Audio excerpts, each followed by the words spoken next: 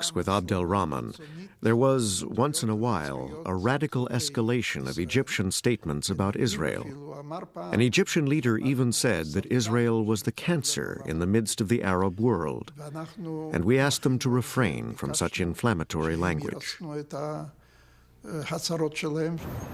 Nasser's envoy returned to Paris with promises to tone down the anti-Israeli propaganda on Cairo radio and to restrain the guerrilla raids against Israel. But Nasser would not terminate the war, nor would he establish diplomatic relations or allow Israeli ships through the Suez Canal and the Straits of Tiran. Sharet was disappointed. Sharet's message said that we were sorry, of course, that the Egyptian government would not change its official policy, which was a clear anti-Israeli policy. Sharet's repeated offers to start peace negotiations were turned down. I had realized that the Israelis continuously say that they want peace.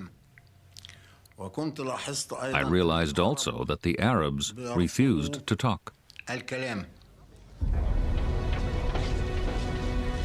Israel desperately needed peace. Jewish refugees from Europe and Arab countries were streaming in.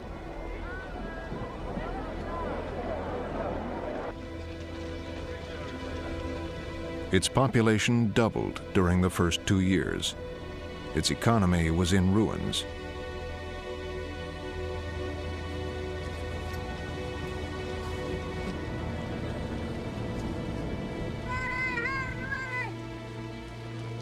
New immigrants were often settled along Israel's frontiers. They lived in fear of frequent Arab raids.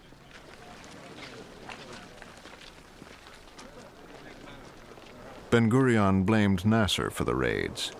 He ordered the Israeli army to retaliate by striking Arab countries harboring infiltrators.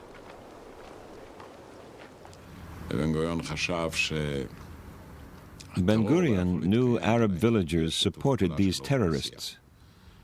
We had to show them that helping terrorists was dangerous, to protect our settlements.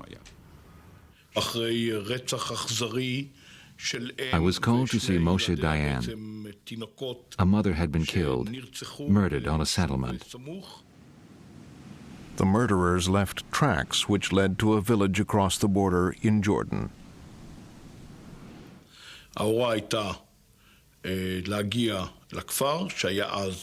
My orders were to reach the village in Jordan. We had to blow up as many buildings as possible and cause as many Arab casualties as possible. The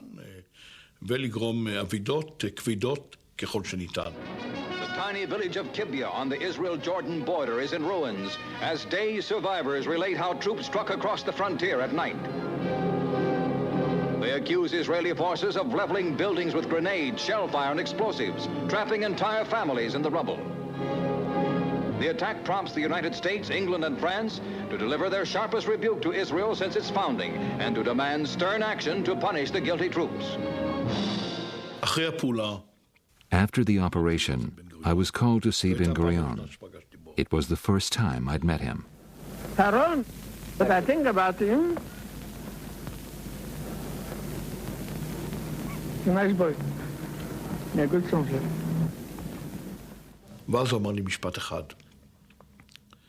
He said one thing to me. He said, "It doesn't matter what the world says. It doesn't matter what they say about Israel anywhere else. The only thing that matters is that we can exist here. Unless it's clear that there is a price to pay for Jewish lives, we will not be able to survive. And that's what counts." Ben-Gurion was such a believer in the importance of agricultural settlements that he abandoned the prime ministership and joined a kibbutz in the desert. He was succeeded by Moshe Sharet, who hoped he could advance Israeli security through diplomacy. But his Minister of Defense, Pinchas Lavon, believed in military solutions. In July 1954, the British announced they were quitting their huge military base on the Suez Canal.